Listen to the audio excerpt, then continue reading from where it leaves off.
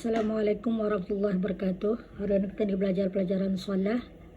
Tajuknya penyempurnaan jenazah. Di mana mengenai dengan tajuk penyempurnaan jenazah ini, kita ni sudah ada belajar cara-cara sembahyang jenazah. Jadinya ini untuk lebih jelas lagi, kita ni kupaslah mengenai dengan penyempurnaan jenazah ni. Mula-mula kata ni lihat sana nombor 1, tajuk kecilnya mengingati mati. Di mana kata ni sebagai manusia, makhluk Allah, mati itu mesti ada. Mati ialah suatu perkara yang mesti dihadapi dan dilalui oleh setiap yang bernyawa, yakni bernafas. Artinya makhluk itu bukan manusia saja, binatang, tumbuh-tumbuhan.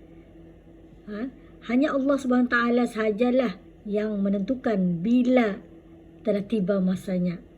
Dia tidak mempercepatkan dan ia tidak juga melambatkan sekalipun walaupun 1 saat.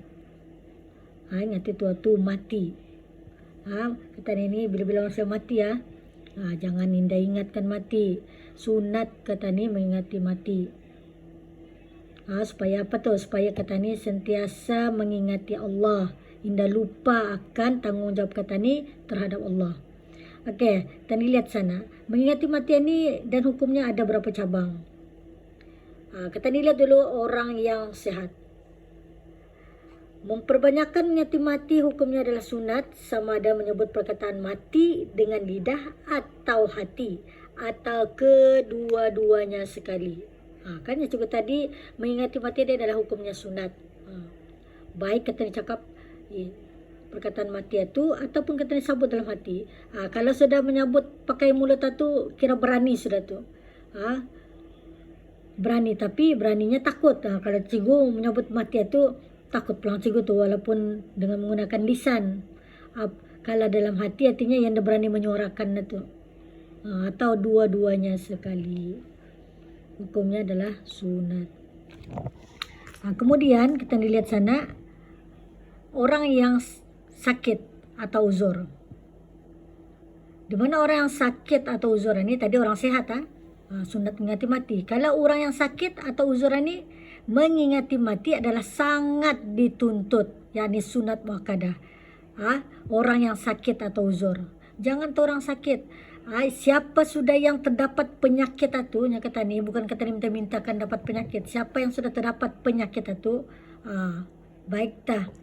Ingat-ingatkan diri itu untuk mengingati Allah.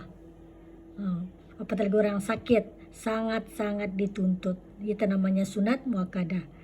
Kemudian orang yang sakit ini afdallah ya bertaubat. Jangan tak orang yang sakit, ketani yang sudah mendapat sakit ini sudah dapatnya doktor didiagnose ada penyakit itu, baik tak ketani bertaubat. Mati ini apa tadi? Indah mengira bila ketani kan mati. Okey, yang ketiga, orang yang hampir mati muhdar dan tanda-tandanya. Orang yang hampir mati ini antara tandanya ialah tapak kakinya lurus, hidungnya tunduk, sendi pergelangan tangannya renggang dan pipinya lekuk. Lekuk ini macam menyiruk. Pergelangan tangan renggang itu artinya indah lagi bertamu. Dan berapa tamu. Kemudian sunat hukumnya bagi kita menalkinkan kalimah la ilaha illallah ke telinga orang yang hampir mati. La ilaha illallah saja, jangan disambung Muhammad Rasulullah. La ilaha illallah saja, orang yang hampir mati. Tidak sunat hukumnya ditambah dengan kalimah Muhammad Rasulullah kerana tidak dikehendaki oleh syarak. Agama anda berguna ni walaupun dengan Al-Quran dan zikir. Sunat dibaca surah Yasin dan surah Ar-Ra'du ke atas orang yang hampir mati untuk memudahkan rohnya keluar daripada badan. Kemudian lihat sana lagi perkara sunat dilakukan kepada orang hampir mati ini antaranya ialah merapatkan kedua kelopak matanya hingga tertutup. Perkara sunat dilakukan kepada orang yang mati. Orang yang mati yang sudah mati ni. Kalau matanya tu masih terbuka, tutup. Menutup mulutnya kalau ia langap-langap, membuka pakaiannya. Yang nomor 2 tadi menutup mulutnya nih, kalau payah itu pasti ditutup, dibuka juga. Kata ni ikat daripada dagu tu sampai ke atas kepala, kata ni dahi tu, atas dahi tu ikat di sana supaya tertutup dengan kain putih. Yang ketiga, membuka pakaiannya. Yang keempat, menutup seluruh badannya dengan kain yang ringan. Jangan yang berat-berat walaupun kain itu orang yang dibalinya mahal-mahal, tidak usah. Diletakkan sesuatu yang berat di atas perutnya supaya tidak kembung. Diletakkan di atas tempat yang tinggi dari lantai seperti katil supaya ia tidak terkena hawa bumi. Kalau anda dapat katil, tilam pun sudah memadai. Yang penting jangan ya diampai di lantai. Menghadapkannya ke kiblat, yaitu dibaringkan ia secara menelentang, tapak kakinya ke arah kiblat dan kepalanya ditinggikan sedikit agar mukanya menghadap ke kiblat. Yang ke-8, disegerakan memandi dan menguburkannya. Jangan dilambatkan.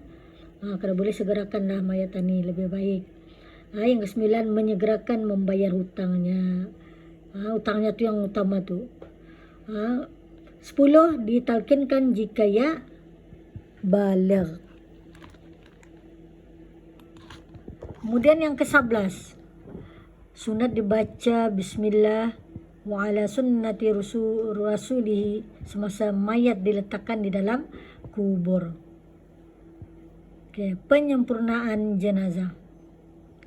Kewajipan terhadap mayat orang Islam ada 4 perkara. Biasa kamu pun sudah tahu. Yang pertama, memandikan mayat, mengapankan mayat, menyembayangkan mayat, dan menanam mayat.